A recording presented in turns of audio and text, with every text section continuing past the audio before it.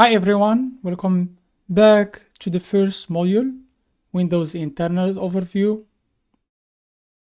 In the Windows Internals Overview, we will take a look at the process internals, the PE formats, the Windows architecture, and the execution flow from user mode to kernel mode. Let's start by user mode presentation of a process and its properties, starting by some general informations about the process. So a process acts as a container that separates application from each other. This ensures that one application cannot interfere with the memory or resources of another, enhancing system stability and security. A process manages critical system resources, including threads that are units of execution that run the actual code, handles that are references to system objects like files, directories, events, or registry keys. It manages also the token, which is security identity that defines user privileges and permissions. It manages also memory that allocates and manages virtual address space. A process itself doesn't run any code. Instead, threads within the process execute the code. A process can have one or more threads running concurrently, sharing the same resources but executing independently. Every process is uniquely identified by a process ID, a PID, and not by its executable file, because we can see multiple processes that are using the same file image, like launching 5 CMD processes. Each process has its own address space, its own threads, its own handle table, its own token, and its own PID. A process can be parentless, meaning created by the system, or under a parent process, meaning launched by another process. If the parent process dies, the child process remains unaffected and continues to run. Every process has an integrity level, either low, medium, high, or system. This defines the level of access and actions the process is permitted to perform on the system.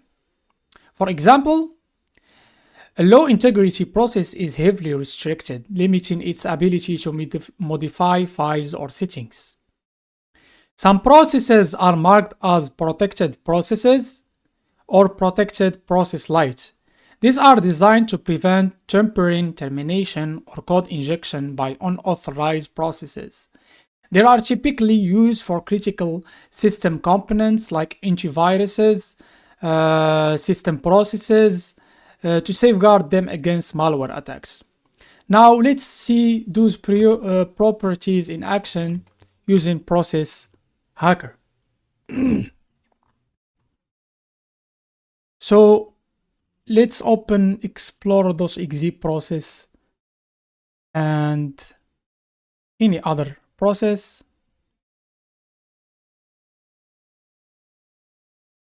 And we can see that the process is just a container that contains threads, token, memory, handles, and each process acts as a container that separates applications. Each one has its own token, threads, memory, and handles. And the process itself doesn't run any code, so the threads do so. And we can see here is the thread called stack that is running some functions, and this is a list of function calls that represent the execution path a thread has taken to reach its current point, starting from user mode using intdll.dll rtl user thread starts at this offset, and finishing at the kernel at this kernel function key check for kernel EPC delivery at this offset. So a process is uniquely identified by its PID. To check that, let's run a couple of CMD processes, a tree one with medium integrity, and search for CMD. I already run other CMD instance with a high integrity, but the ones that we just run are those, the medium integrity instance of CMD, and we can see that they have the same properties. The only one thing that identify each one is the PID, and each PID of each instance is different from the other. And as we are running this CMD instance from the Explorer, and we can see here that the parent of those CMDs are explorer.exe, and if I run PowerShell within this CMD and search for PowerShell, we can see that its parent is actually, in fact, the CMD with PID 1872. And to check that, let's put that, and we can see that its PID indeed 1872. And if we kill this CMD with PID 1872, the child remains unaffected. 1872 and terminated. It's terminated, but the PowerShell process remains unaffected, and it tells us that its parent process is non-existent, but it was having this PID 1872, and this is the PowerShell. It's still working. The other property is we saw that each process has an integrity level that is low, medium, high, and system is the most powerful integrity. And we talked about protected processes. We can see that by launching Process Explorer sysinternal, and we can see different processes with different protection level, like MS-MPENG that is protected with anti-malware light, and LSAS is normally protected with LSA light protection, but in this machine the LSA protection is removed. We can see that in action using another machine,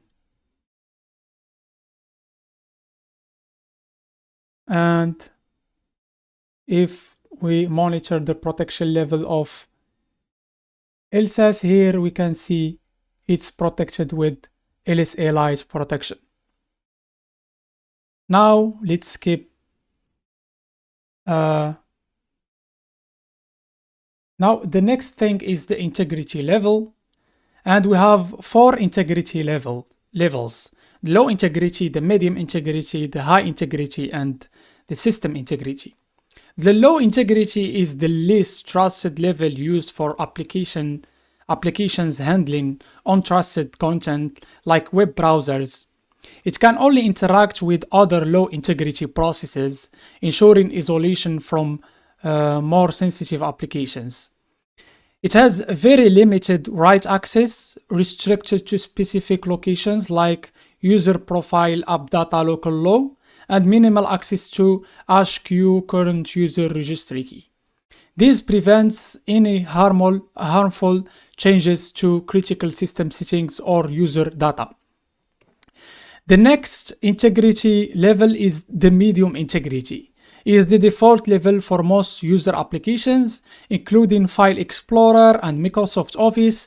It can interact with both medium and low integrity processes. It can write to user-owned directories like documents, downloads, desktop, and access the HQ current user. The next integrity level is the high integrity. It's for applications with administrative privileges, such as system management tools. It can interact with high, medium, and low integrity processes, giving it broad control over the system. It can write to protected directories like C windows and program files and has full access to the registry. However, it requires user approval via UAC to launch, preventing unauthorized elevation of privileges. Now let's talk about the system integrity, which is the highest level, reserved for core operating system components. It can interact with all integrity levels and has full access to the entire file system and registry. This level is heavily protected to prevent tampering, ensuring the stability and security of the operating system. Now let's take a look at process protection levels. Process protection levels define the security status of a process based on two factors: the signer and the protection. The signer identifies who signed the process, either Windows, anti-malware, and the protection type determines the strength of the protection, either protected or have a light protection, which is protected light. Now let's see some very familiar protection level. And the first is the PS protected system, which is signer is the Win system signed by the Windows system itself, and its protection type is protected. The Win system value is 2, and the protected value is the Win system value is 7, and the protected value is 2, which forms the protection level value of 72 in hexadecimal. And protection type is protected, which is the highest level of protection. The purpose of this protection level used for hypervisor related processes like the secure kernel, providing the most robust security to prevent tampering or termination. And the next protection level is PS protection LSA Lite, which is used as it shields in the local security authority from attacks, particularly to prevent credential theft tools like Mimikatz, enhancing system security. And the signer of this protection level is LSA with value as 4, signed by the local security authority, and the protection type is protection light, its value is 1, it's a light protection level, which using the combination of two values will form a protection level value of 41 in hexadecimal. The next protection level that we will see is PS protected anti-malware light. Its value is 31 in hexadecimal, and the 3 represents the signer, which is the anti-malware signed by the anti-malware software vendors, and the 1 is the protection type, which is protected light. And the purpose of this protection level is to secure, it will secure antivirus and malware software from tampering or disabling by malicious processes, ensuring continuous system protection. Now let's take a look at the mitigation levels. And process mitigation policies are security features in Windows designed to reduce the attack surface and protect against common exploitation techniques. These policies provide layers of defense to make it more difficult for attackers to execute malicious code or manipulate memory. Let's go through the key mitigation policies. We have the data execution prevention, or the DEP. Is designed to prevent code execution from non-executable memory regions, such as the stack or the heap. This means that even if an attacker managed to inject malicious code into these areas, the code cannot be executed, blocking traditional buffer overflow attacks. And next we have the ASLR, address space layout randomization. Randomize the memory addresses where executable DLLs and heaps are loaded. This randomization makes it extremely difficult for attackers to predict memory locations, which is essential for attacks like return-oriented programming, ROP, and code reuse. By shuffling the memory layout each time a process is started, ISLR ensures that even if an attacker discovers a vulnerability, they cannot reliably exploit it because the target address keep changing. This significantly increases the complexity of the exploitation. Next is the Control Flow Guard, the CFG. Is a security feature that prevents memory corruption exploits by ensuring that code execution only follows legitimate control flow paths. Next mitigation policy is signature restricted, Microsoft only. Restricts code execution to Microsoft signed binaries only. This means that only executable or DLL that is not signed by Microsoft will not run, blocking unauthorized or malicious code from executing. And the next mitigation policy is images restricted. Blocks the loading of executables and DLLs from network shares such as SMP and WebDAV. This prevents attackers from executing code remotely by leveraging network resources. Hi everyone and welcome back to the first module, Windows Internals Overview in the Evasion Lab course by Altered Security.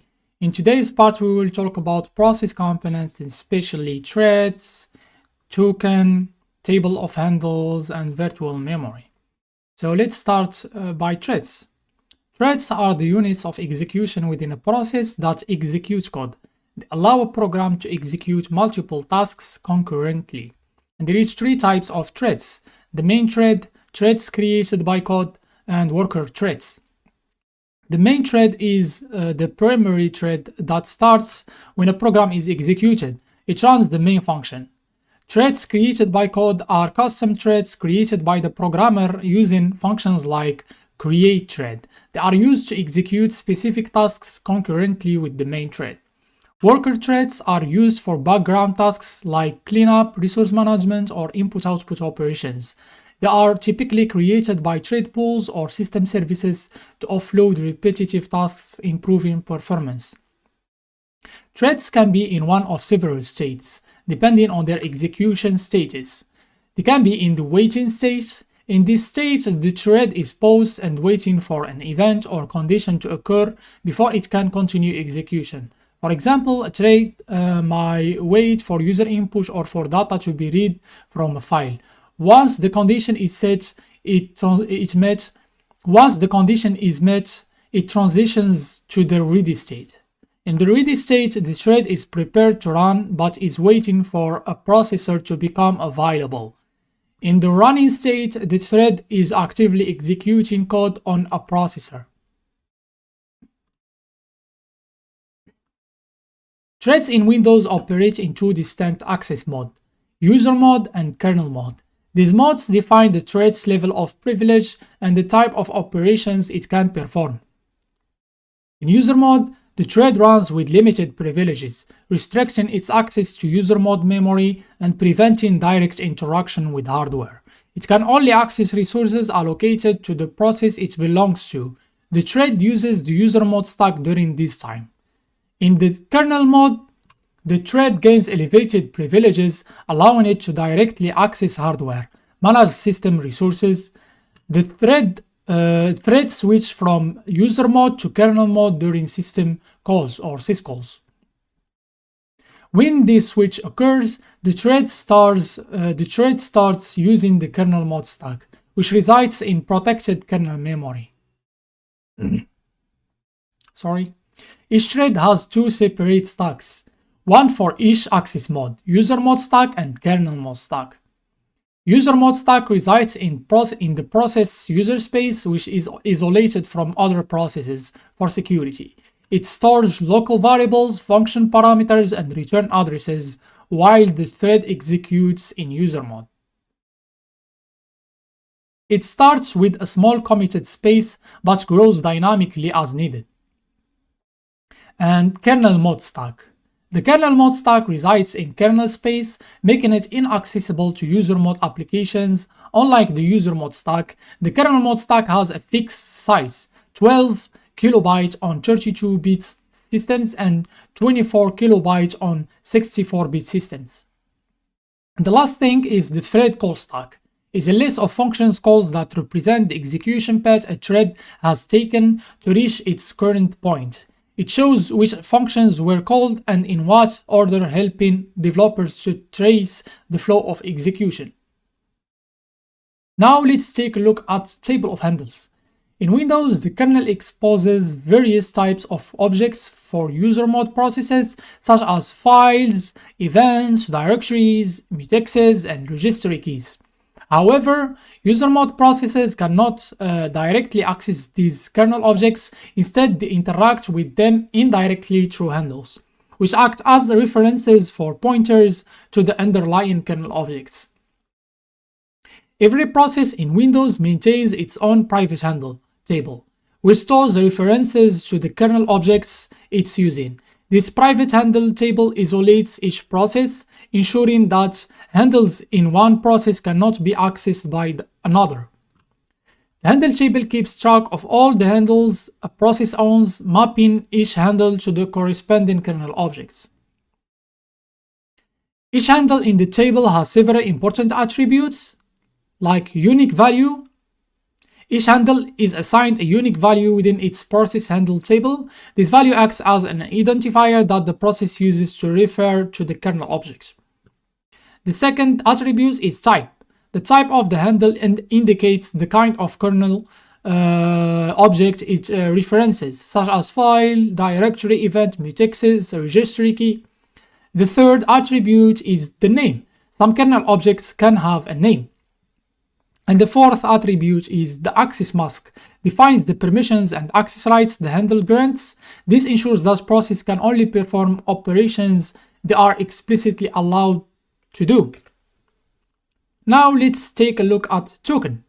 An access token is a security object in Windows that stores the default security context of a process or thread. It defines the identity and privileges of the process, controlling what system resources it can access and what actions it can perform. Every process has an associated access token.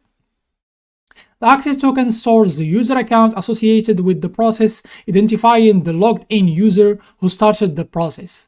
It also includes the groups. It also includes the groups the user belongs to, which influences the permissions the process has. For example, if a user is part of the administrators group, their processes will have higher privileges than those of standard user. The access token lists privileges granted to the process, defining what special actions it can perform. For example, only processes with this SE debug privilege can access memory of other processes for debugging or inspection. Now let's take a look at virtual memory. In x64 Windows, virtual memory provides each user process with a 128 terabyte address space, given the illusion of a continuous block of memory. This virtual address space is unique to each process, ensuring isolation and security. The virtual address range for a user process is 0x all zeros to 0x007 all Fs. This large address space allows applications to efficiently manage memory without directly accessing physical memory. Virtual memory is organized into pages, each mapped to physical memory as needed. These pages are arranged in a specific order within the process virtual address space. The first page is user shared data, a read-only page shared across all processes containing system information like current system time, tick count, time zone settings. The second pages are the PEP, the process environment block. Stores information about the running process, including its image base address, loaded modules list, process heap, and stack addresses. The third pages are stacks. Each thread within the process has its own user mode stack that store local variables, function parameters, return addresses. The fourth order pages are the heaps. Dynamic memory allocation is managed through heaps, allowing the process to request and release memory during runtime. The default process heap is created by the system, but applications can create additional private heaps for better memory management. The fifth memory pages are NLS and MUI files. The sixth memory pages are allocated pages. They are dynamically allocated memory pages used for various tasks. They are managed using API like virtualalloc and virtualfree. The seventh order of pages are executable file image. This section contains the image of the executable file that started the process mapped into memory. And the eight ordered pages are modules. Dynamically loaded libraries (DLLs) required by the process are mapped here. This includes both system libraries like kernel32 and ntdll.dll and custom DLLs loaded by the applications. Virtual memory pages in Windows can exist in one of three states: free, committed, or reserved.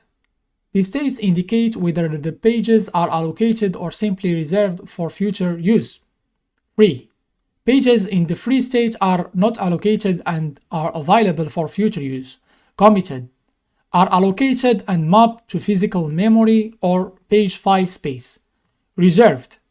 Have a reserved address space but no physical memory is allocated yet.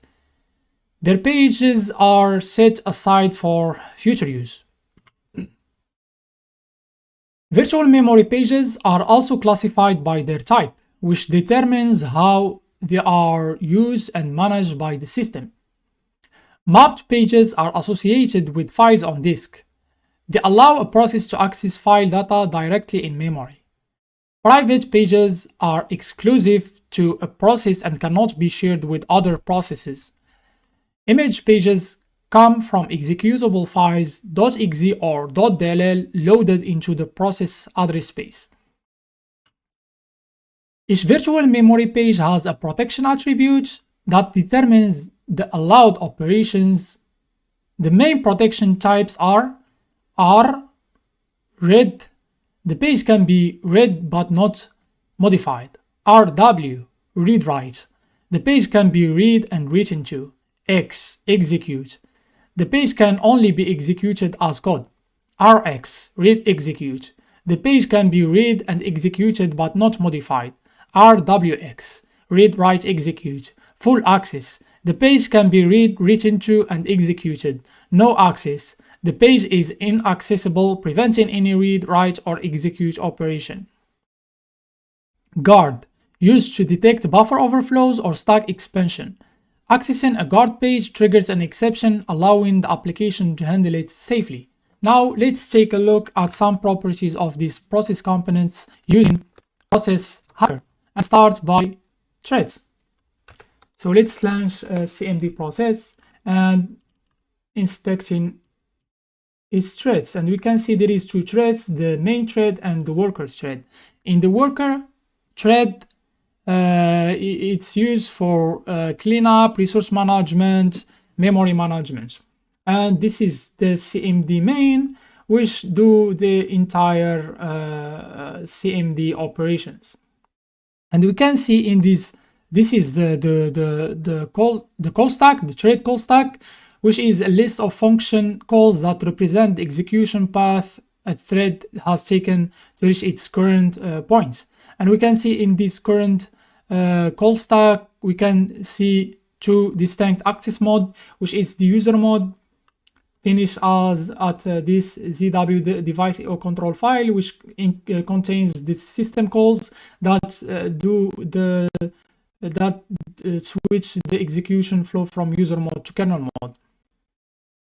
In this user mode access, only the user mode stack is used, and in this kernel mode access, the kernel stack is used. And we can see here in user mode the loaded modules and the executable file image is used, like the main of the executable file image function, the main function, and here some function exported by some DLLs. And the user mode and the kernel mode access mode, we have some exported functions executed by the kernel here is executed. And the last function executed here is the key check for kernel EPC delivery, and the first function executed by this thread is RTL user thread start. This is like the lifetime of the thread, starting from a point and finishing at a point. And this thread is actually, we can see that the working thread is killed. We have only the main thread remaining, and here this main thread is in wait state, waiting for an event or condition to occur before it can continue execution and do the transition to the ready state. Now let's take a look at some table of handles properties. And every process here let's open this other process running with high integrity, and this is the process CMD process running with medium integrity, and we can see that each process maintains its own private handle table, and each handle in the table has several important attributes like unique value, which is this value, it's uniquely identified and it's different than other handle. And we have the type, which is the type of the handle indicates the kind of kernel object it references, such as file, directory, registry key, mutant, thread. And here we have each handle has a name and the access mask, which represents the permissions and access rights the handle grants. Now let's take a look at the token, and we can see the access token stores the user account associated with the process, and we can see that the user account is student user1 in this case, and the groups the user belongs to, which belong to the built-in users and other users. And as this process is running with medium integrity, you can see only 2 privileges granted to the process: the SE change notify privilege and SE increase working set privilege. And we cannot use those privilege only if we enable them. And if we open this higher integrity CMD process and take a look at its token, we can see a lot of token that the other CMD process with medium integrity doesn't have.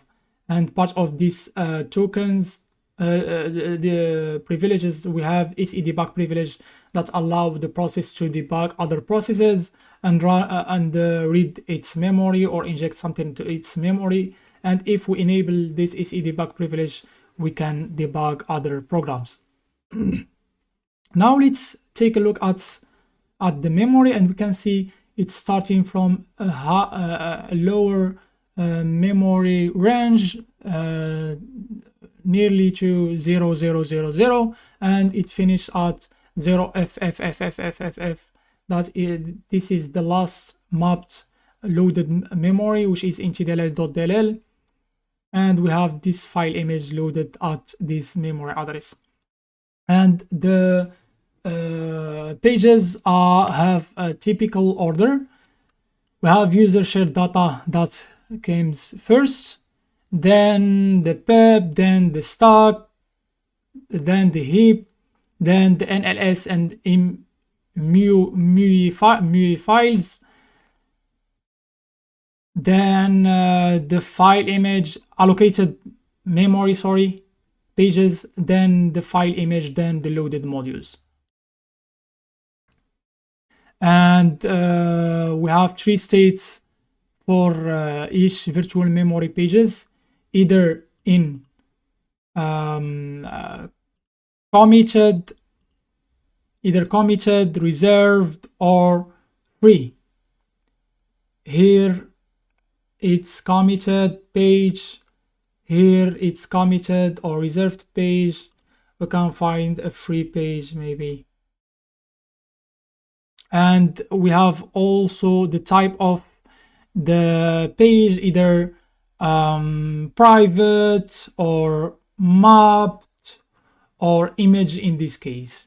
And we have also the protection of each page, either read, write, or here rx, which is the .txt section of the file image in this case. Hi everyone, and welcome back to the first module, Windows Internals Overview, in the Evasion Lab course by Altered Security.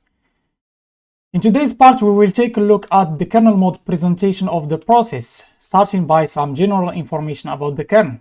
So the kernel is a core component of the Windows operating system that runs in memory with the highest level of privilege. It acts as the bridge between hardware and user applications, ensuring system stability, security, and efficient resource management. Its primary responsibilities are process management, by managing the processes running on the system, controlling their execution and resource allocation.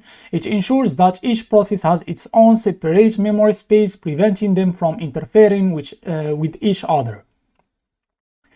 The second responsibility is privilege management. By managing the privileges between processes, enforcing strict access controls to ensure that no process can exceed its authorized permissions. And the third responsibility, the kernel also reinforces security barriers between processes, ensuring that they cannot access each other's memory or resources without explicit permission. The kernel operates at in 128 terabyte system address space on x64 systems, ranging from 0xFFFF8 all zeros to 0x all Fs. This address space is shared among all kernel mode components, including drivers and modules. The kernel tracks the state of each process using the eProcess structure, which resides in the kernel memory. The eProcess structure is a data structure that describes a process containing crucial information such as image name, token, protection level, threads, memory information. The eProcess structure changes across Windows versions as new features are added. To compare eProcess structures between versions, you can use the Virtualis project, a useful resource for security researchers and developers. Now let's take a look at some eProcess overview. The eProcess structure is a kernel memory structure in Windows that describes a process. It contains important information about the process, such as its identity, state, security context, and resources. Understanding the eProcess structure is essential for process analysis, debugging, and security research, particularly when dealing with process enumeration, privilege escalation, or PPL, protected process light bypassing. To get the eProcess address in WinDBG, the command !process 00 process name.exe will retrieve the eProcess address for the specified process. To get the eProcess field, the command !int eProcess, the eProcess address will display all fields within the eProcess structure, like unique process ID, the PID of the process, image file name, the name of the executable associated with the process, useful for process comparison. The token represents the security token associated with the process, useful for privilege escalation or EDR's token downgrade. Protection shows the protection level of the process, indicating if it's a protected process PP or protected process light PPL, useful to bypass PPL protections.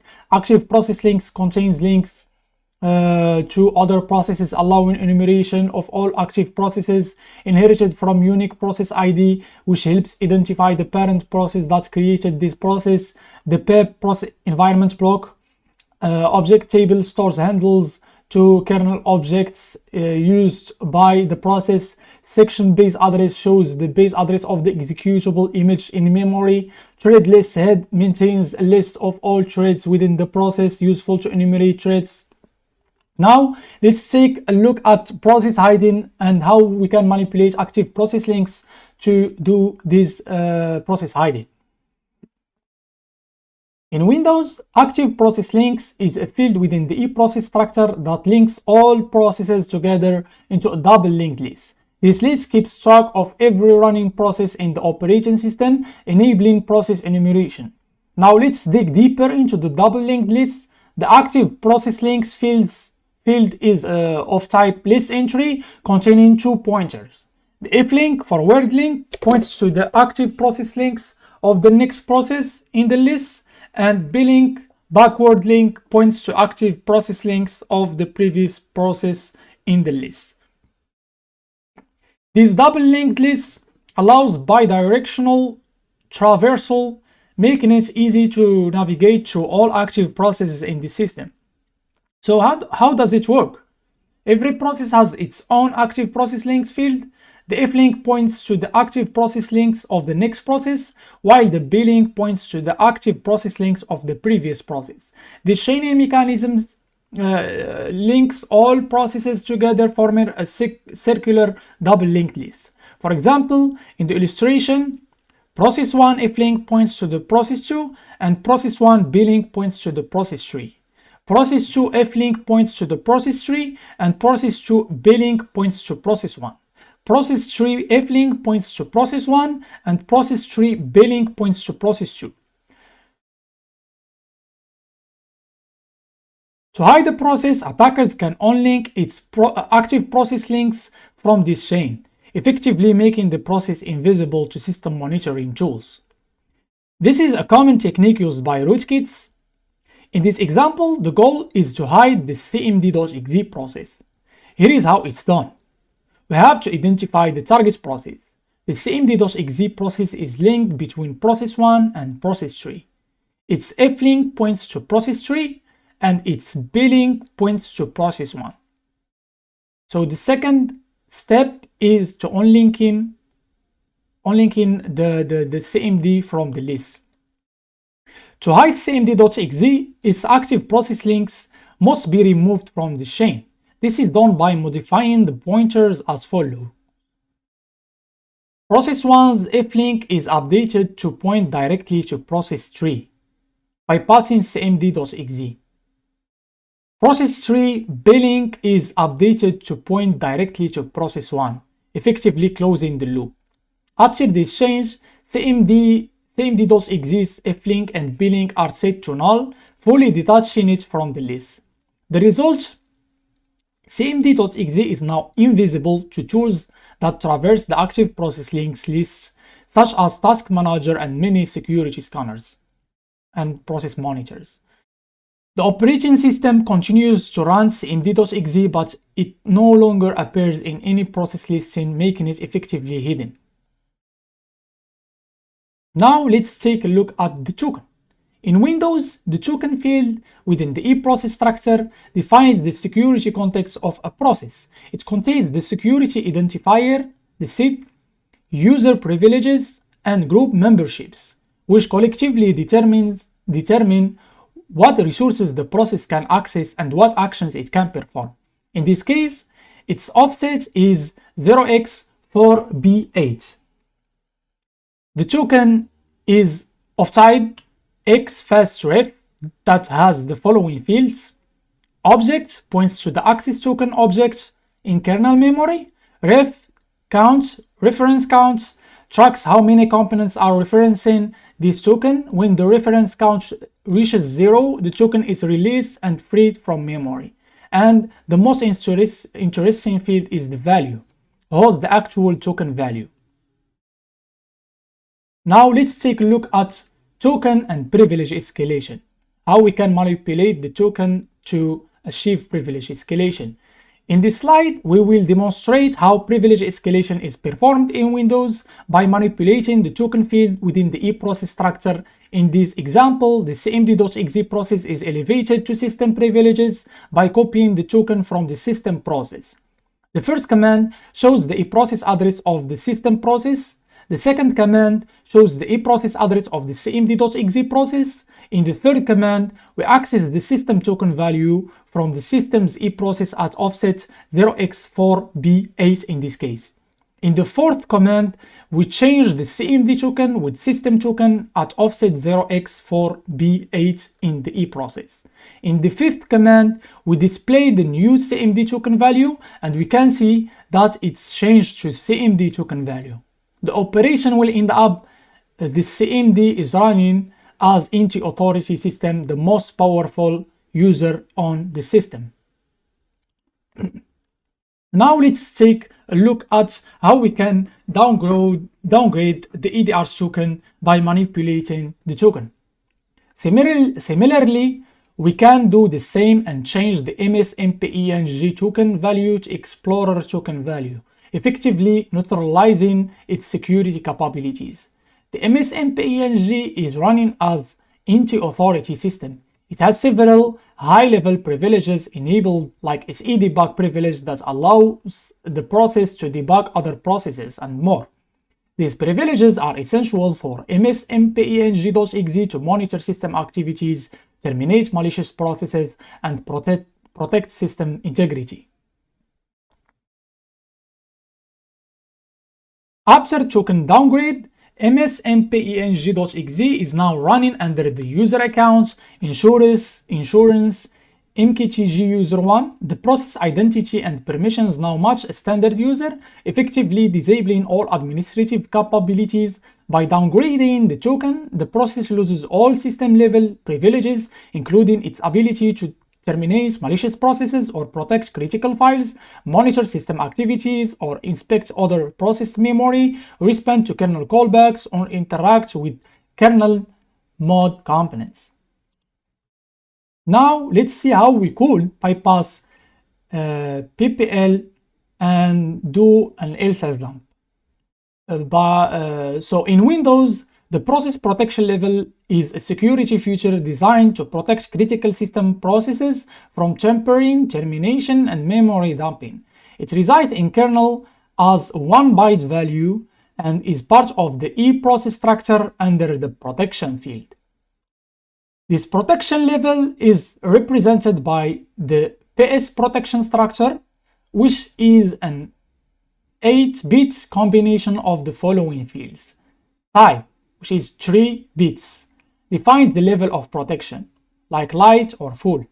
Audit, 1 bit, which is a reserved bit. Signer, 4 bits, identifies who signed the process, either LSA, WinTCP, or ONCHI malware.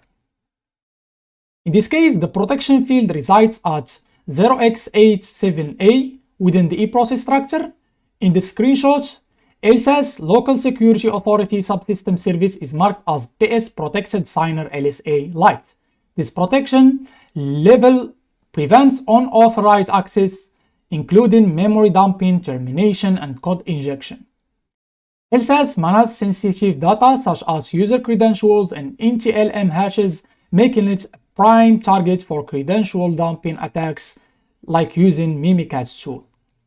To prevent credential theft, LSAS is protected with PPL, Protected Process Lite, signed as PS Protected Signer LSA Lite. This protection level blocks attempts to dump its memory as seen in the error message. The operation could not be completed.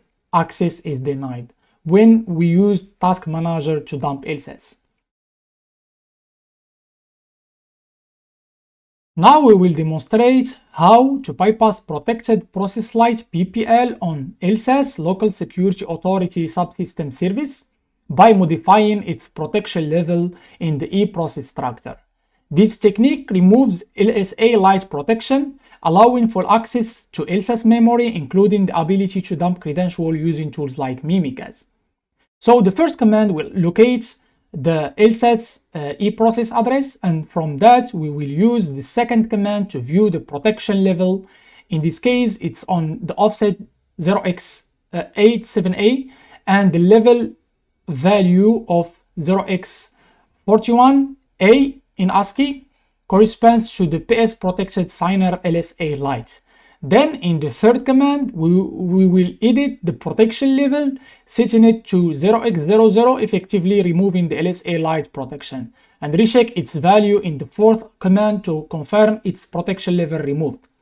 After all that, we can see that the protection level of LSAS is removed from the Process Explorer entry, and we managed to dump LSAS using Task Manager.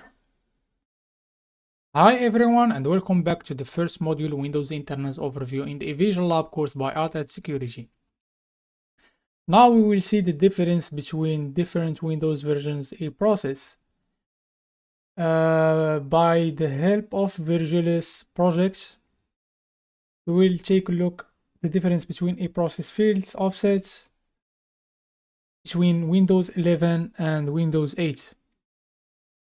So a unique process ID offset in Windows 11 is 1D0, but in Windows 8 its offset is 2E0. So they are quite different. And active process links offset is 1D8 in Windows 11, and in Windows 8 its offset is 2E8. Let's take another look at the token in Windows 11 and in Windows 8. The token in Windows 11, its offset is 248, and in Windows 8 is 348. So they are very different, and using the offset of Windows 8 in Windows 11 a process will cause a kernel crash, or known as blue screen of death. So pay attention of using the correct offset for different Windows version. So let's launch CMD in this machine and try to use Windows kernel debugger in order to monitor its process.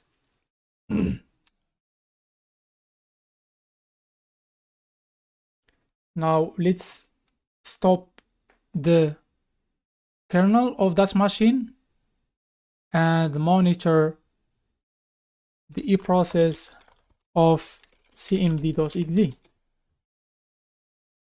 We can see that this is the address of the process of cmd.exe. This is the PID, and this is the parent's PID in hexadecimal, and we can check that is actually 4472, which is the PID of the previous CMD. So now let's look at the process fields of that CMD by typing this command.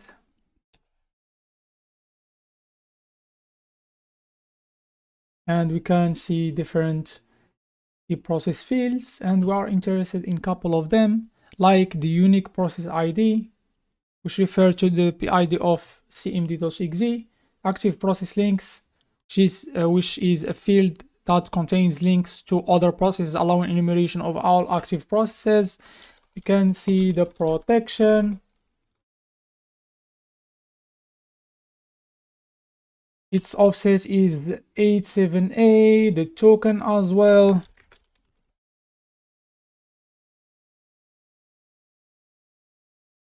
Its offset is 4B8, and the image file name as well, which representing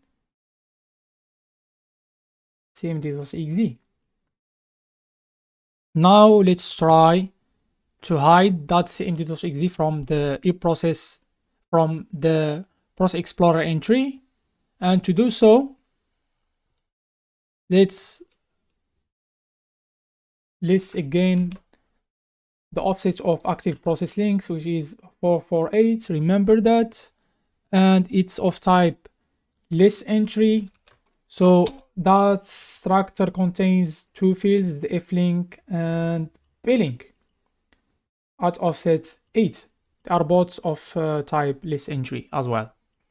So let's get the eProcess of cmd.exe the address of eProcess cmd.exe is that, and get the flink and blink of the active process links of cmd.exe. So to do so, we type this command dtnt list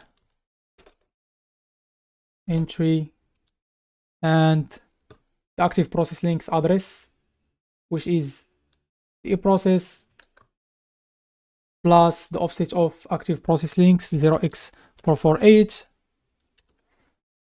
and this is the address of active process links of cmd.exe, and this is the address of active process links of the next process, and this is the address of active process links of the previous address. flink is pointing to active process links of the next address, and blink pointing to active process links of the previous address. And this is the flink of the active process links of the previous address. This is the blink of the active process links of the previous address. This is the flink of the active process links of the next address, and this is the blink of the active process links of the next address. So to hide cmd.exe from this linked list, we have to override the previous active process links flink with the next active process links. So let's do it. The previous active process links flink is this at offset 0, which is this exactly. Hide it, override it with the next active process links, which is this.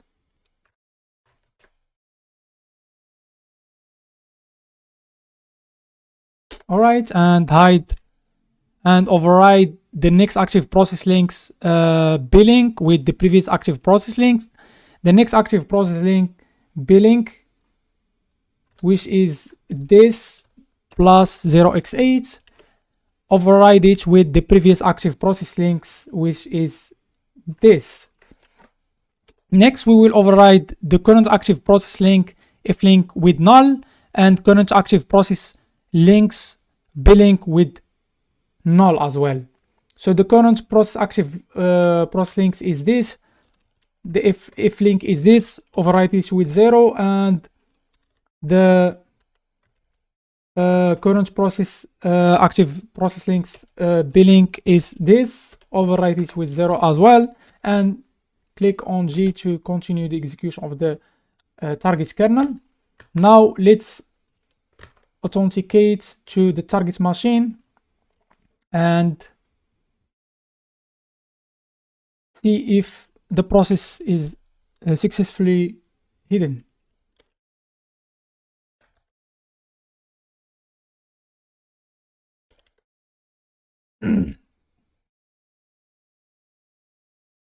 Right, cool. So we can see that cmd.exe is not shown in the process explorer entry, but it's still running, and we can type sub commands. Good. So the process is successfully hidden. Now we will take a look at the token and try to do some privilege escalation for a different process. Let's kill that and launch another process. It's shown in this entry. Its PID is 5840, and try to steal the token of system and give it and change the CMD's token with the system's token. To do so, let's get the eProcess of system and the eProcess of cmd.exe as well. Now let's get the DT. Let's get the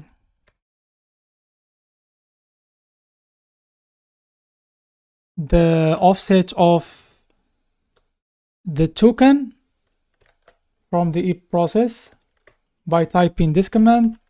You can see the offset of token is 4b8, and use that command to get the token of system, the token value of the system. Fast ref and the e process of system plus the offset of token 0x4b8. So this is the token value of system. Now we will change the token of CMD with the system token. To do so, we type the CMD process, change the CMD process, and this is to access B8 to access the token, and change the token of CMD with the token of system. Now let's inspect the token of system, the token value of system, by changing this with the e process of CMD.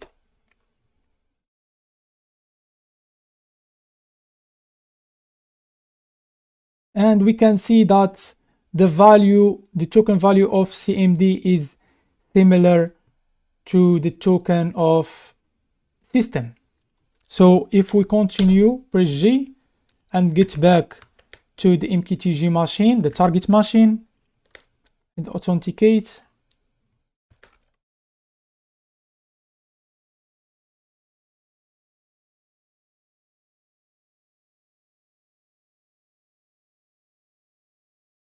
We can see that we are successfully into authority system. We successfully did the privilege escalation. Now let's do token and EDR downgrade by downgrading the MSMPENG. Let's monitor its token, and we can see it's under the user into authority system, and those are the privilege. Let's do the similar thing by changing the token of MSMPENG with the token of Explorer. To do so, let's get the process of Explorer.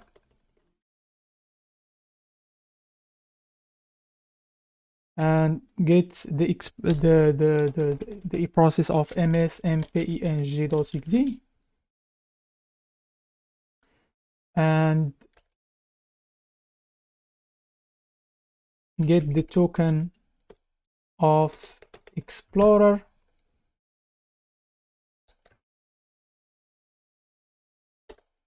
So this is the token value of Explorer.exe, and change the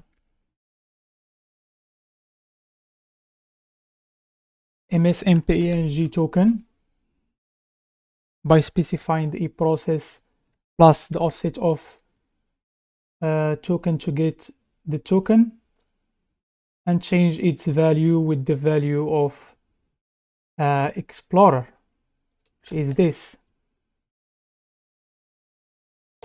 and press G. And if we get back to this target machine and monitor the user dot MSMPENG is running now with is sorry,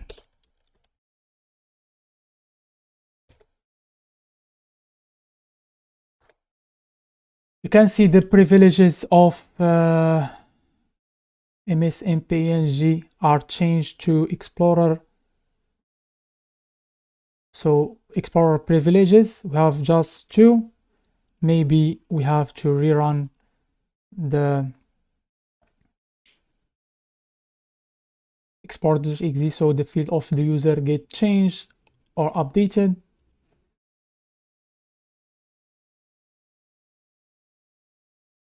we type msmpeng and check the user, we can see that the user is successfully changed to mktg user 1 and the privileges are the privilege of cmd.exe. If we check explorer.exe, you can see we have the same properties in the everything related to privilege, user, the seed, and the groups, and the privileges as well. Now let's check lss.exe, and we can see it's protected with PS protected signer LSA Lite. And if we try to use task manager to dump its memory, this protection will prevent us from dumping its memory. You can see the operation called not be completed, access is denied. Now let's try to remove this protection from LSS using WinDBG.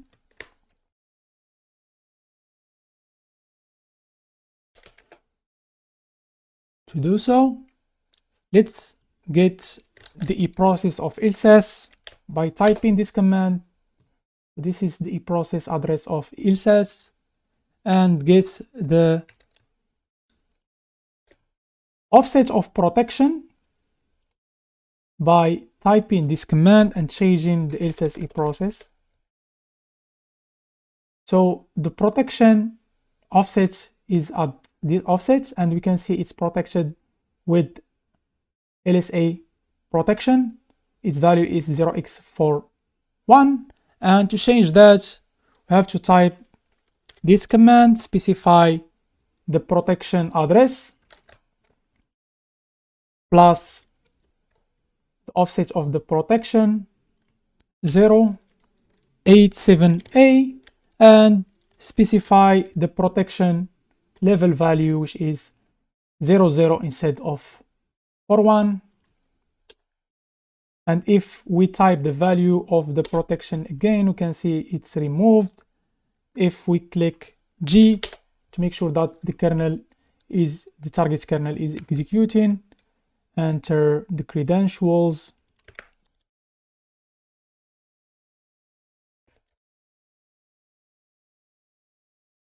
and relaunch Process Explorer so the fields get updated. Let's leave that for later. Run it with administrative privilege and check lss.exe. Now it has no protection and we can dump the LSS process. Please wait, and LSS is dumped now successfully. Hi everyone, and welcome back to the first module, Windows Internals Overview in the Evasion Lab course by Altered Security. In today's part, we will take a look at PE format, Windows architecture, and user mode to kernel mode execution flow. So let's start with the portable executable structure. The PE structure is the file format used for executables, .exe, dynamic link libraries, .dll, and system drivers, .sys in Windows.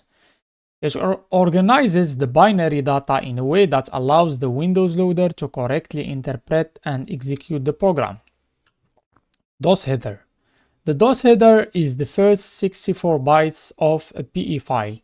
It's primarily included for backward compatibility with MS-DOS systems, although modern Windows systems still rely on it for PE validation and loading.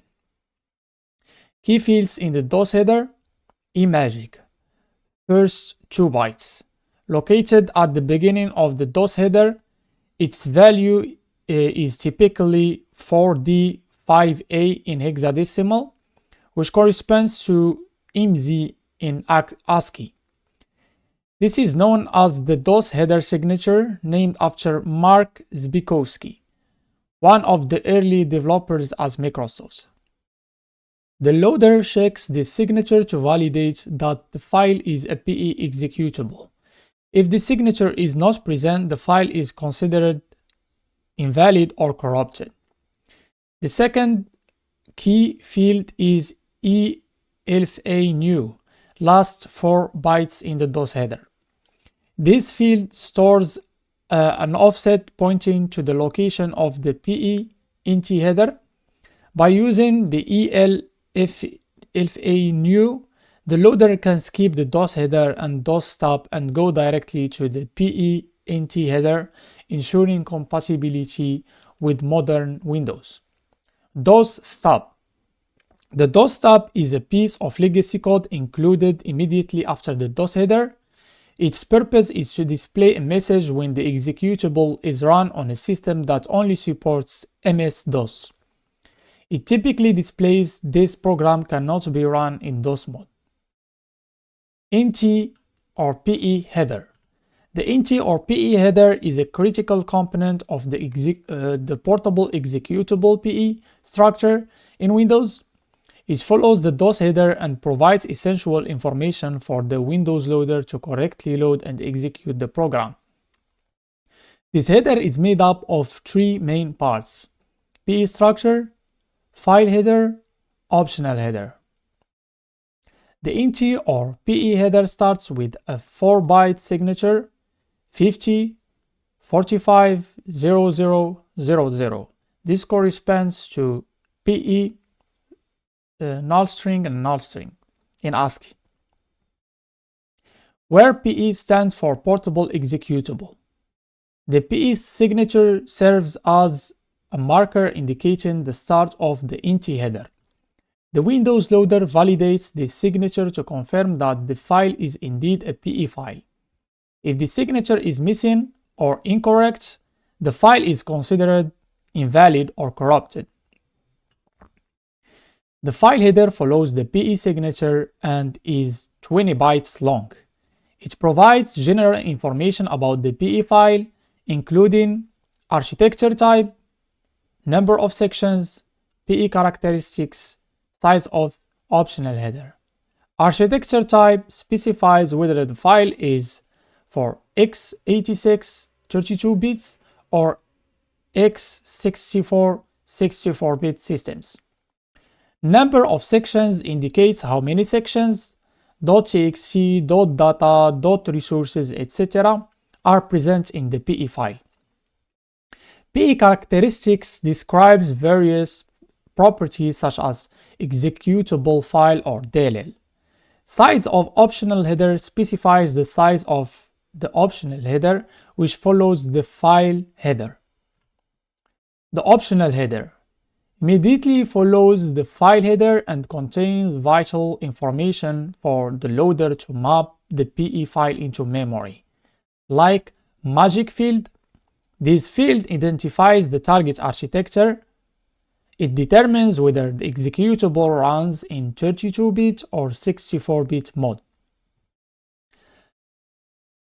Address of entry point holds the relative virtual address of the entry point, which is where execution starts. Size of image indicates the total size of the PE file when loaded into memory. Subsystem specifies the type of subsystem the executable will run under. Is it a console application or a GUI application? The data directory is the last member of the optional header in the portable executable structure. It provides a roadmap to important tables and data structures used by the executable. It's defined as an array of image data directory structures, with each entry pointing to a specific resource or table in the PE file. The data directory enables the Windows loader to locate and resolve dependencies, resources, and runtime information. Key entries in the data directory are: at index 0 of the data directory table, we have export directory. That points to the export table, which lists all functions and variables that are exported by the executable. At index 1 of the data directory table, we have import directory. That points to the import table, which lists all functions, and variables that the executable imports from other DLLs. Section headers. The section headers follow the entity headers and are represented by an array of image section header structures. Each section contains a specific type of data, such as code, initialized data, uninitialized data, resources, or relocation information. Common sections include .txt, contains executable code, .data, stores initialized global and static variables, .rdata, contains read-only data, such as constants and import tables, .resource, holds resources like icons, images, and dialogues, .reloc, used for address relocation when the executable is loaded at different base address. Key fields in section headers. Size of raw data. Specifies the size of the section in the file. Virtual size. Indicates the size of the section in memory when the executable is loaded. Virtual address. Stores the relative virtual address of the section in memory. Characteristics.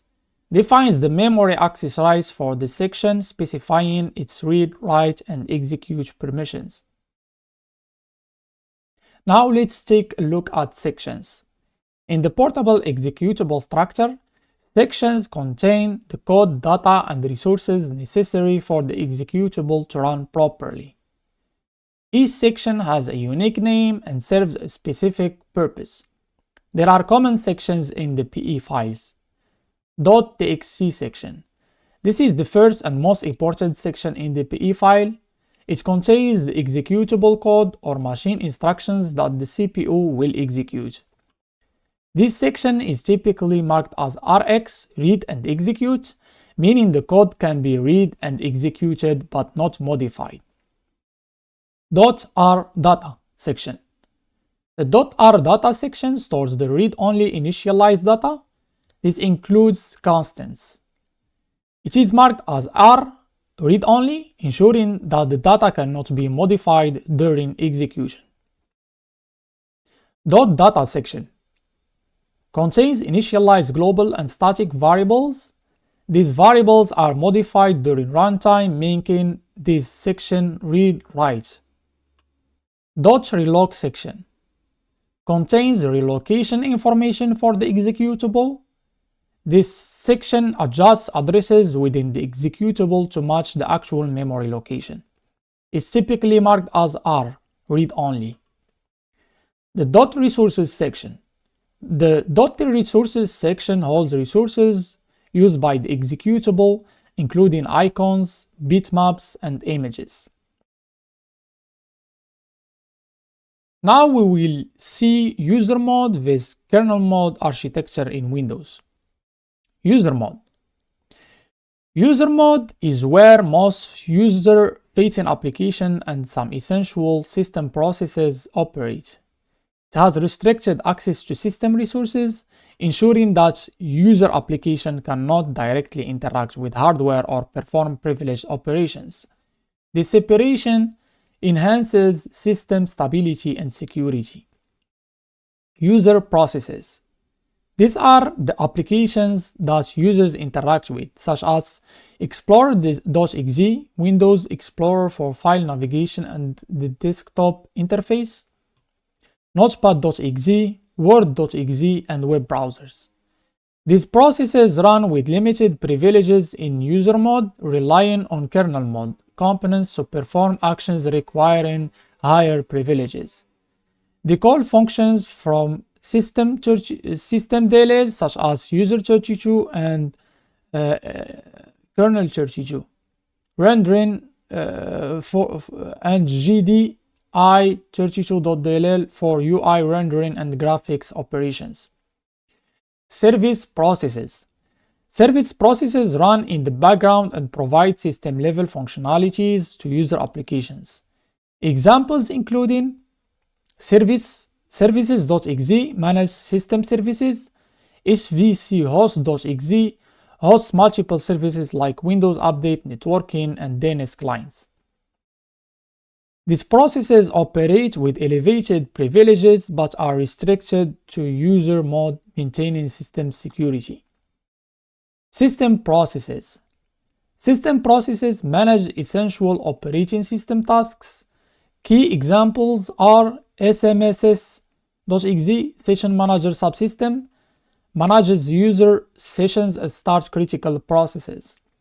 CSRSS.exe, Client Server Runtime Subsystem, handles console windows and basic system functions. WinLogon.exe, manages user logins and session security. SAS.exe, Local Security Authority Subsystem Service, manages user authentication and security policies. These processes run in user mode but have higher privileges than regular user processes. Subsystem DLLs. Subsystem DLLs provide documented APIs that user mode applications use to interact with the system. These include kernel32.dll, user32.dll. They act as layer of abstraction, allowing applications to perform system tasks without directly accessing kernel mode. IntiDLL.dll. IntiDLL.dll is the lowest level of user mode and acts as a bridge between user mode and kernel mode. It provides the native API like inti-create-file, inti-open-process, which prepares the necessary arguments and invokes system calls to transition into kernel mode. IntiDLL directly interacts with the System Service Descriptor Table, SSDT, to execute system calls, ensuring secure communication between user mode and kernel mode. Syscall boundary, or red line in this case. The red line represents the boundary between user mode and kernel mode. To perform privileged operations, a system call, syscall, is issued by invoking a function in IntiDLL.dll. This transitions execution into kernel mode, allowing the process to access hardware, manage memory, or control system resources. This boundary enforces security and stability by preventing user mode code from directly interacting with hardware or kernel components. Kernel mode. Kernel mode is where the core components of the operating system reside. It has full access to hardware and system resources, allowing it to control system operations at the lowest level. The executive. The executive is the higher layer of kernel mode, containing subsystems that manage key operating system functionalities, including memory management, controls virtual memory and paging, process management, manages process creation, termination, and scheduling. Input-output manager handles input-output operations for devices. Object manager manages kernel objects like files, events, and mutexes. It's implemented in IntiOS kernel.exe, which forms the core of the Windows operating system. The kernel. The kernel is responsible for low-level system tasks such as thread scheduling, allocates CPU time to threads, interrupt handling, manages hardware and software interrupts, basic synchronization, ensures thread-safe access to shared resources. The kernel operates at the lowest level of the operating system, directly interacting with the hardware abstraction layer, the HAL, and device drivers. Together with the executive, it forms the backbone of Windows, ensuring efficient resource management and process execution. Kernel mode drivers. Kernel mode drivers are modules that extend the functionality of the kernel. They allow the operating system to interact with hardware devices such as disk drivers, network adapters, and graphic cards. These drivers are managed by the input-output manager and loaded into kernel mode, giving them full access to system resources. The HAL, or hardware abstraction layer. The HAL provides a layer of abstraction between the hardware and the operating system. It allows the same operating system code to run on different hardware platforms such as Intel, AMD, or ARM. The HAL handles hardware-specific details like interrupt requests, direct memory access, input-output operations. By abstracting hardware details, the HAL simplifies driver development and ensures compatibility across multiple devices. The hardware. At the base of the architecture is the hardware layer, which includes CPU, memory, storage devices, network adapters, and peripherals. The kernel mode drivers, and HAL work together to interface with the hardware, ensuring that the operating system can control and utilize system resources efficiently. Now let's take a look at user mode to kernel mode execution flow. In this example, we will show you how an execution flow is done in Windows. It depends on the context and the function executed from user mode, but the concept is similar. The example that I'm picking is how a user mode application is communicating with a driver. How an application is sending data to a driver in order to perform an operation in kernel level. To communicate with kernel mode drivers, we need a handle to that driver's device. So let's say we already created a handle to that driver's device using createFile function and use that created handle to send data to the specific driver. For that, an application would call device.io-control, which is exported by kernel32.dll, which will forward the execution to kernel-base.dll, where the real implementation of device.io-control exists. This function will prepare arguments and then call into device.io-control file inside intidll.dll. That is a wrapper or the syscall stub that prepares the actual valid arguments that the kernel needs in order to perform the action.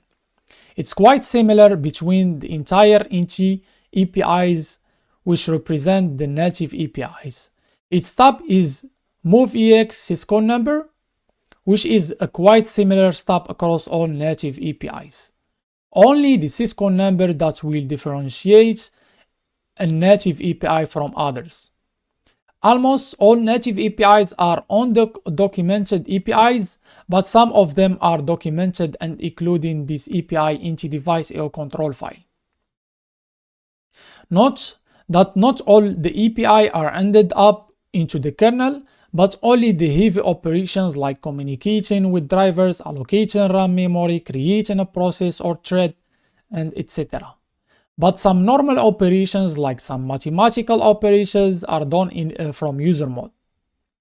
Then this API is invoking the syscall instruction to switch the thread context from user mode to kernel mode. Then something called SSDT, System Service Descriptor Table, is used by the kernel that is using the value of EX register that is holding the syscall number, and it's using that index to identify the real Inti device.io-control file kernel function inside intiOS kernel.exe.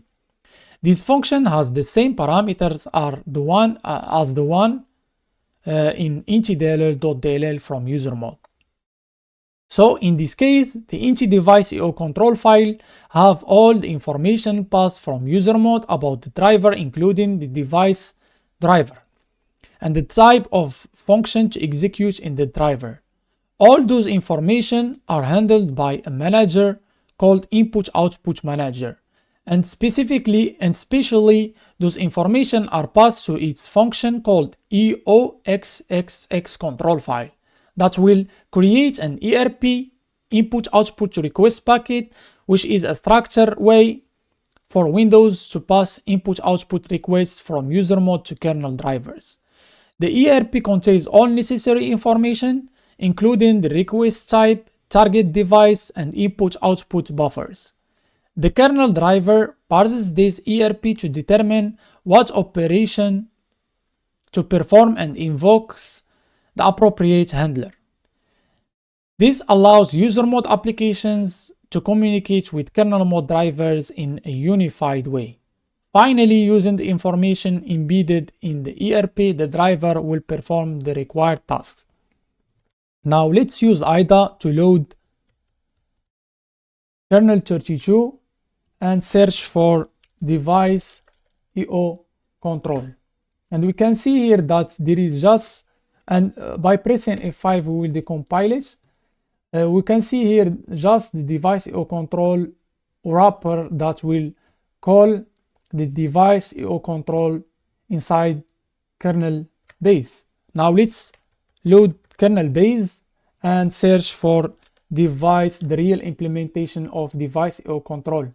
Click on it and we can see this is the implementation, the real code of device EO control that will call later into device EO control file inside INCI-DLL as we saw.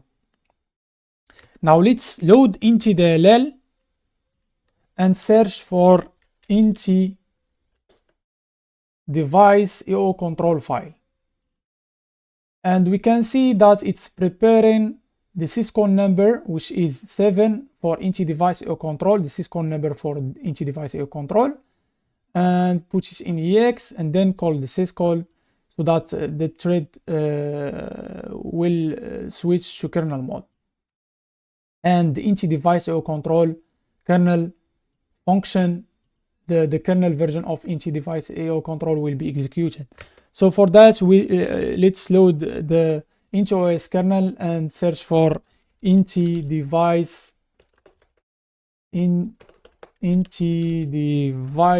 EO control file, the kernel version, and we can see it's calling EOPXXX control file and passing the same arguments plus this 1 and other 0. And we can see its implementation, and it simply will create an ERP input output request packet and send it to the kernel driver so it will perform the required tasks. Now it's time for learning objective 1.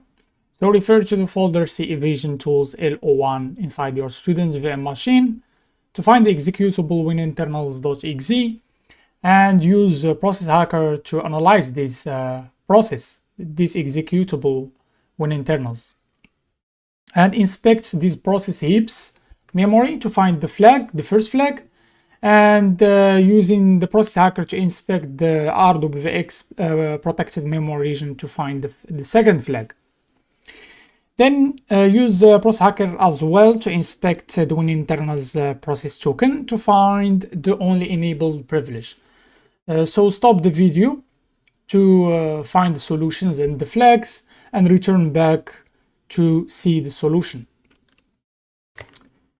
Now let's access to the machine student's VM and access the Evasion Tools folder. You can see the entire tools here. Access to the Process Hacker and launch the Process Hacker executable.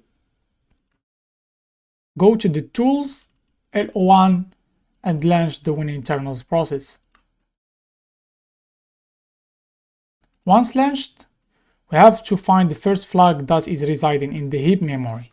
So go to Process Hacker and search for wininternals. You can find only one entry that is representing wininternals process. So let's go to the memory and sort the memory pages by use. So we can see here the pages representing the heap, ID1, heap 2, and heap 3. And the heap 1 is the system heap. We are not interested by that. We are interested by heap 2 and 3 that are potentially user heap created by the user. So we are interested in the committed one. Those are the ones that we can see their memory, read their memory. So let's inspect this first memory heap page and go through it. So we didn't find any kind of unique flag. Now let's inspect the committed heap tree.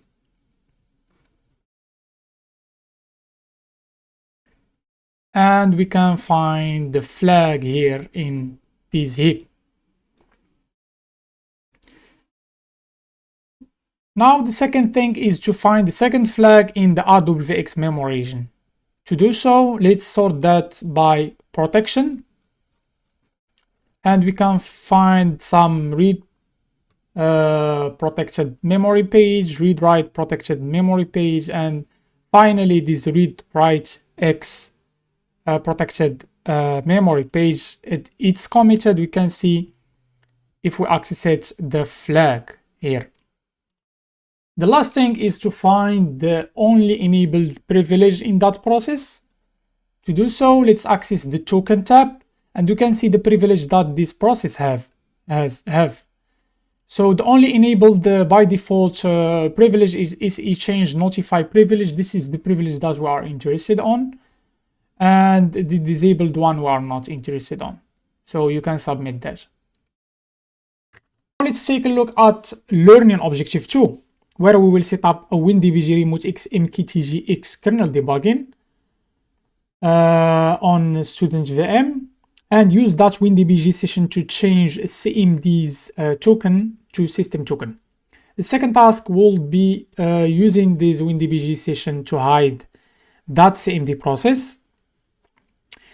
Later, the third task would be to use the same WinDBG session to change the Notepad process protection level to PS protected signer anti-malware light, which is the process protection level of antiviruses, processes, and EDR processes, and remove the LSA protection from the LSAS process. And the last task would be to use that WinDBG session to hide a loaded driver in the kernel. Now let's access the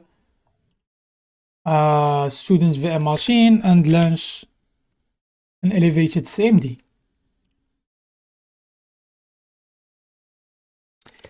So I am the user 13 in this case, and this is my IP. Remember it, we will be using it later to set up the remote kernel debugging on MKTGX. Now let's access RDP to this MKTG machine.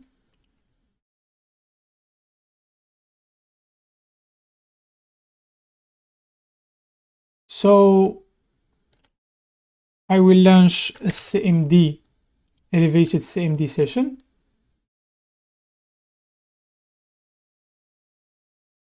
And type this command to configure remote kernel debugging on this machine, the XMKTG. Remember my IP is 30 is this IP, and type OK.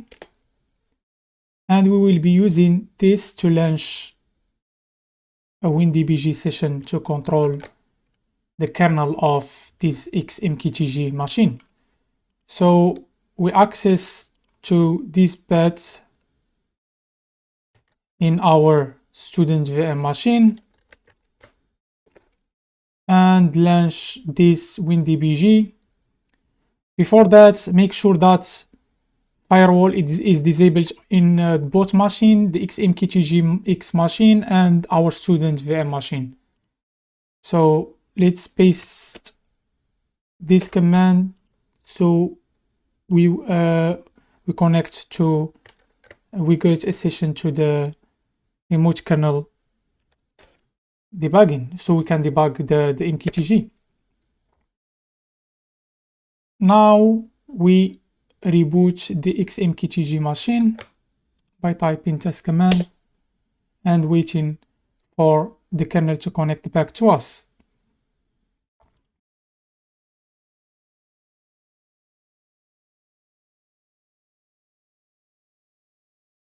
So you will get, after reboot, you will get a message like that, connected to target on port this, and we'll waiting for the MKTGX machine to reboot and connect back to our WinDBG session.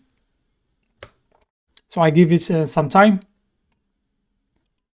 and I will return back to you. Now let's launch this command, the previous command to debug the remote CMKTG kernel. So an output like that tells us that we successfully connected to the remote kernel, and this is the base address of the remote kernel as well.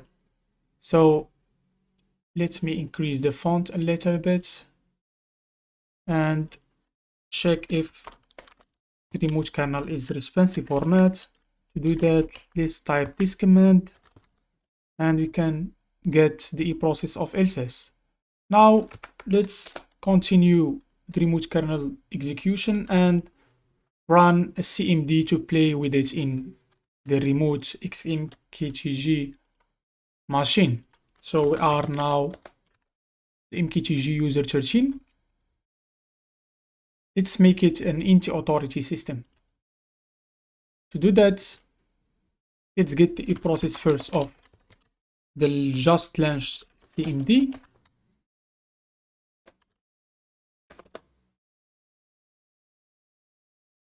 This is the eProcess of the just launched CMD. Now let's get the eProcess of the remote kernel.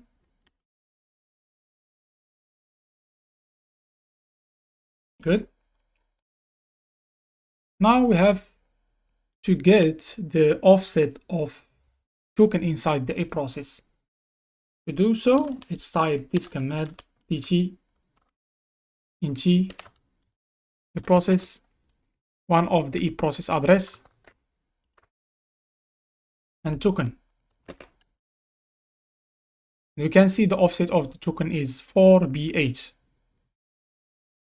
Now let's change the CMD's token with the system's token. Before that, let's get the value of the system token and see it in action. To do that, let's type this command x fast ref and the eProcess of system plus offset of the token. And we can see this is the token value of the system. Now we can get as well the token value of CMD.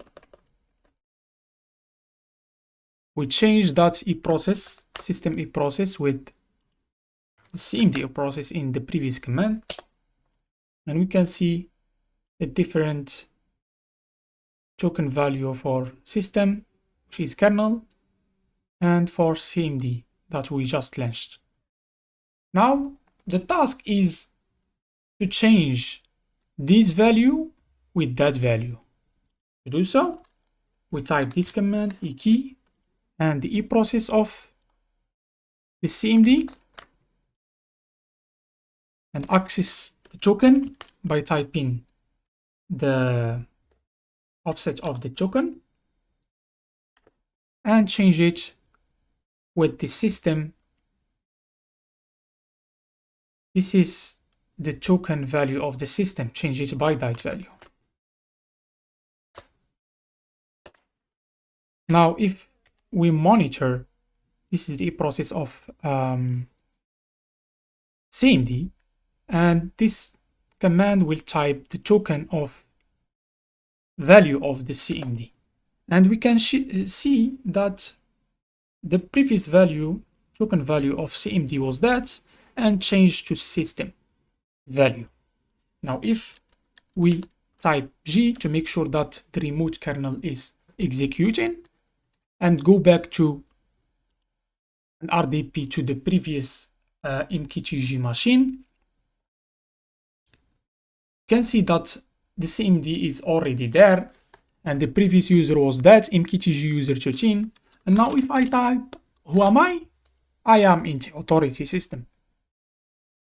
Now we will try to hide that process. If I type PowerShell cpscmd.exe,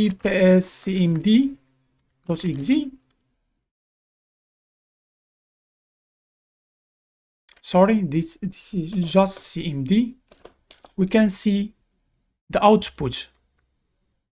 The monitor, the process monitor gets this output. Now let's try to hide it from that. Okay. Now it's time to hide that process. So let's do it. So first of all, we will get the offset of the active process links because we will use it to hide that process. So to do so, we type this command and get the offset of active process links inside the eProcess structure.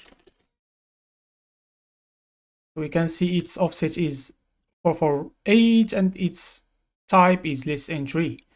So this is a structure that contains a linked list, double linked list. So let's check its type, their fields, and it contains also an if link, which is a double linked list as well of type list entry, and blink. So this active process links is double linked list that's chaining all the processes in the system. Now, here is how process linking is working in Windows kernel. Each process has its own active process links that contains flink and plink. The flink is pointing on the active process links of the next process, and plink is pointing on the active process links of the previous process. So unlinking an active process links from that chain will result in hiding that process from the user space. So to hide a CMD process, you have to make its previous process active links flink pointing to the next CMD process active process links, and the next CMD process active process links plink pointing to the previous CMD process active process links. Now let's apply this logic using this WinDBG session. So let's get first the eProcess of the CMD. This is the eProcess address, and display the active process links of that CMD. And paste the eProcess plus the offset of the active process links. You can see this is the next active process links. If link is pointing to the next active process links, and plink is pointing to the previous active process links. And those are the if link and plink of both the next active process links and previous active process links. So we changed the previous process if link with the next process active process links. So to do so, we type this command, and the previous active process if link is that value. This is the previous active process links if link, and we change it with the next active process links, which is that.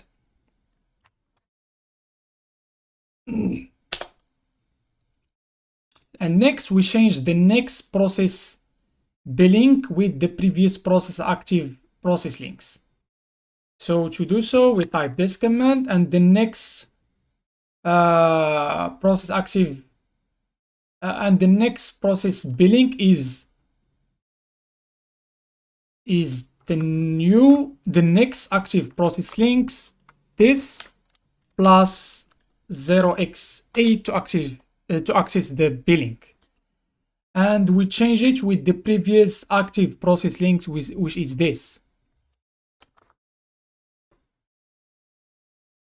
And the next task is to unlink the CMD's active process links by making its F-link and B-link pointing to null.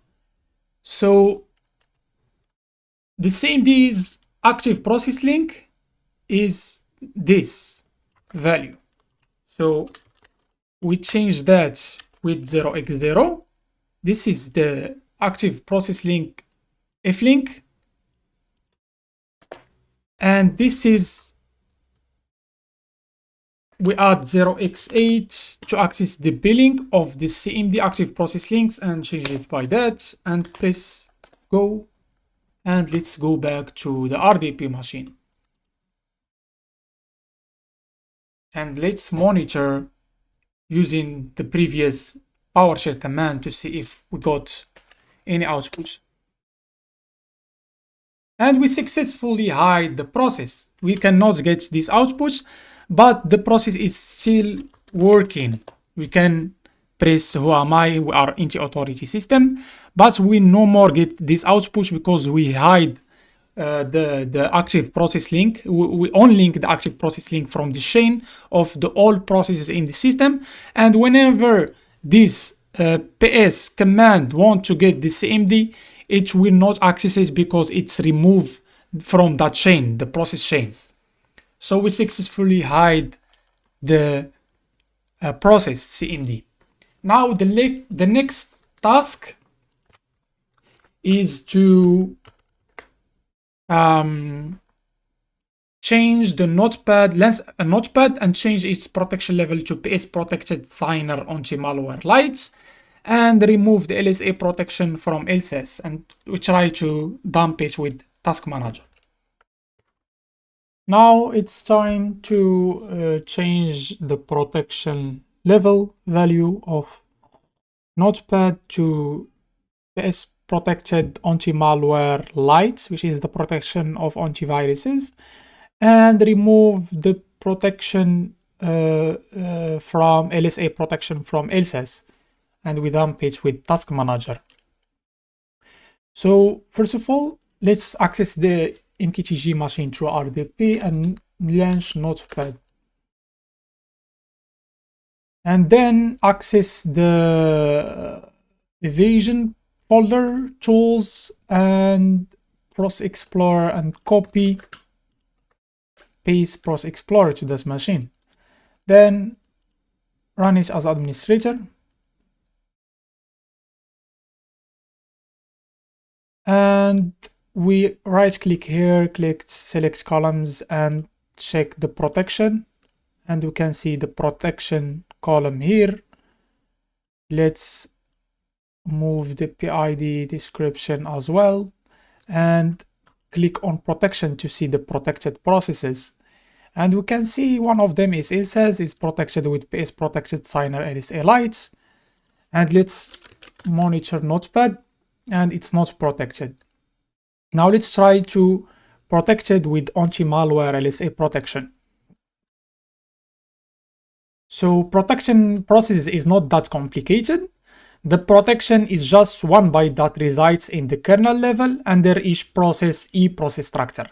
And that byte resides in the protection member under the eProcess process at different offsets. But in this case, the offset of protection is 0x87A, but in other machine could be different offsets.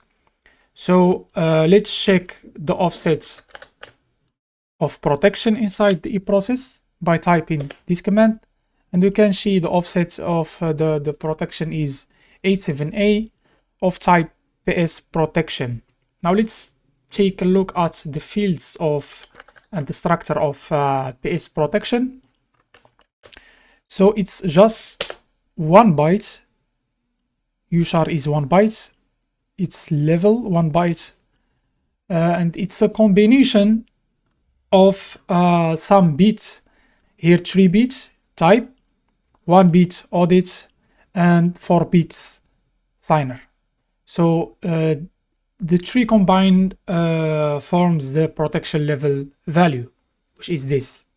So we have to change this value because Notepad, its value is 0, from 0 to 0x31. Now let's go to a part of the lab manual, and we can see this table, different process protection values, and the process protection value of LSAS, which is LSA Lite, is 0x41, and for anti-malware Lite that we want to Notepad to be changed to this value 31.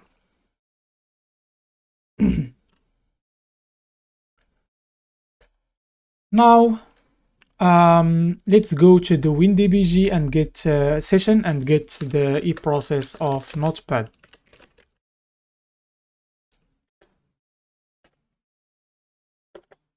And we can see the eProcess is this address. Then get the value, check the value that's indeed 0, the protection value. Type this command and eProcess of Notepad, then protection and dot, and we can see the value of Notepad's protection process protection level is 0. Now it's very easy to change that value by just typing this command eb and eProcess of Notepad, and access the protection field by typing its offset A and 0x31, which is the value, protection value of anti-malware Lite. And if I click G and access to the RDP, access the machine, the Notepad, and close that and relaunch Process Explorer so the fields get updated. If we search Notepad, now it's protected with anti-malware Lite. Now let's go to LSAS, and we see that it's protected with LSA Lite. If we try to dump its process using Task Manager, we cannot see, unfortunately. Go to more details and type search for LSAS and dump its memory, create dump file. We got access denied because LSAS is protected with LSA Lite protection. So to remove that protection, it's kind of very easy to do it. Let's break the kernel and do the same. Get the eProcess of LSAS.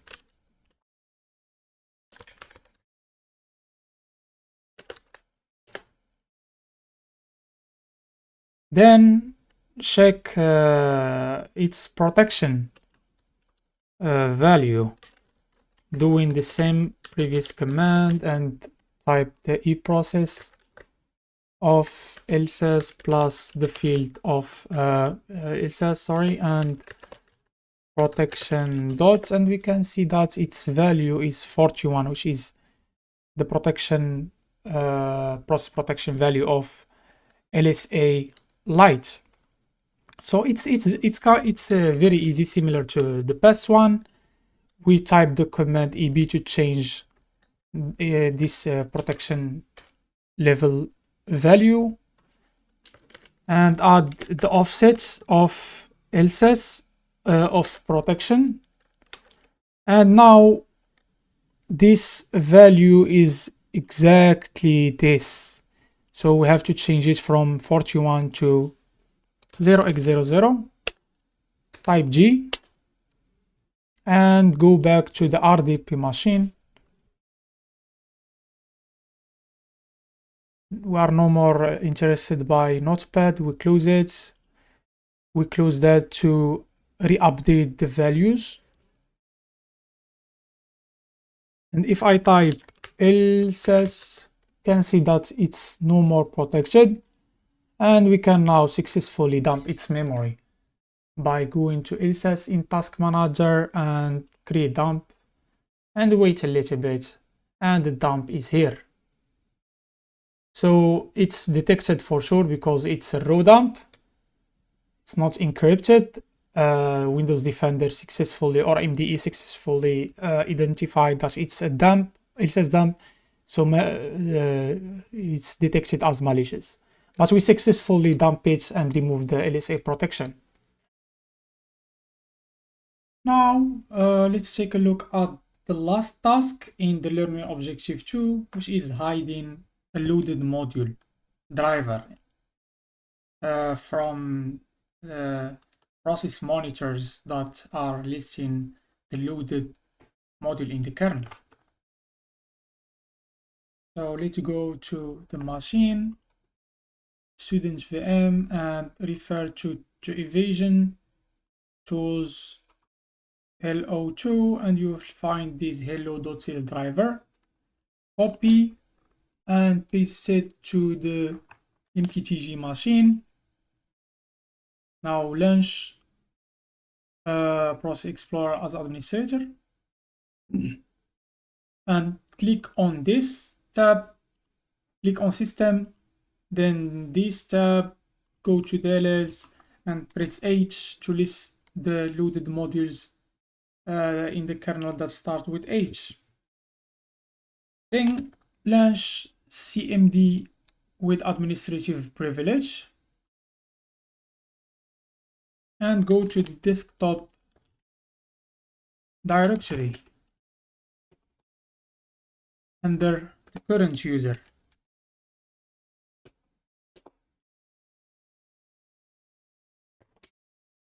All right, now we can find,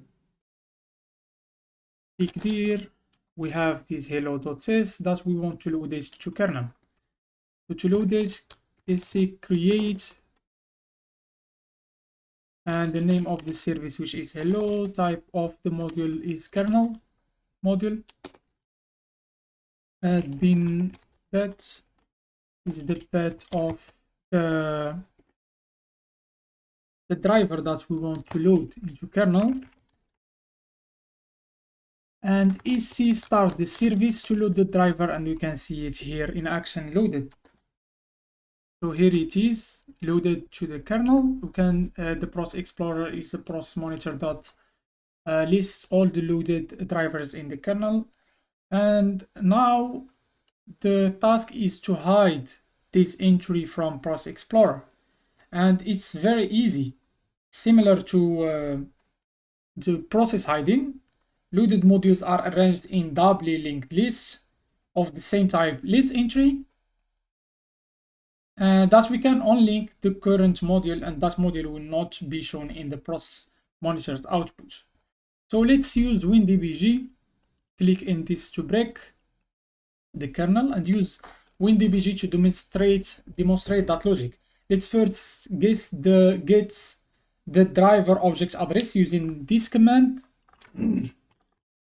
drvobg and driver and the name of the driver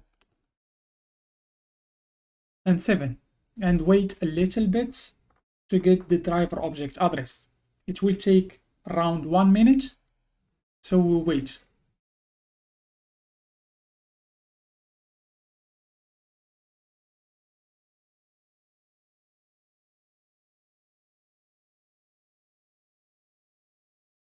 So the idea here to get the driver object address, thus we will use it later to get the driver section value, which is a pointer to the current loaded module list entry. This list entry, the current loaded module list entry, contains two fields, which is the iflink and the blink. The iflink is pointing to the next module list entry, and blink pointing to the previous module list entry. Now we got successfully the driver object address. We will use it to access this driver section value. So to do so, we type this command and specify the driver object address. And we can get the driver section, which is pointing to the current loaded module driver list entry. Here it is.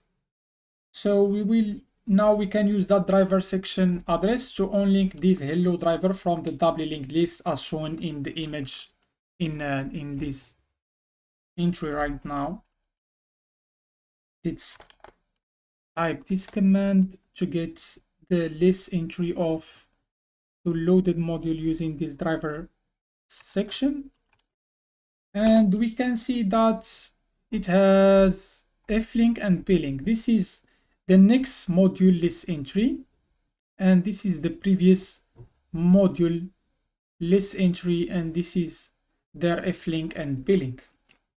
So to unlink the current loaded module hello list entry, we type this command eky, and we chose the previous module flink, which is that, and change its value with the next module list entry, which is that. All right.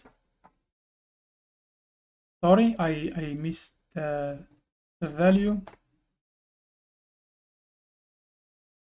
All right. Now the next task is to change the next module plink with previous module list entry. So to do so, we type eq next module elink, next module, which is that plink. We add the 0x8 and we change it with previous module list entry, which is that. Next, we change the current module flink with the current module, which is this, which itself, we change it with itself, and we change the current module plink with the current module.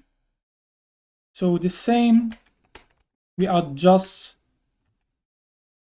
plus 0x to access the plink and press G. And now if we get back to the RDP machine,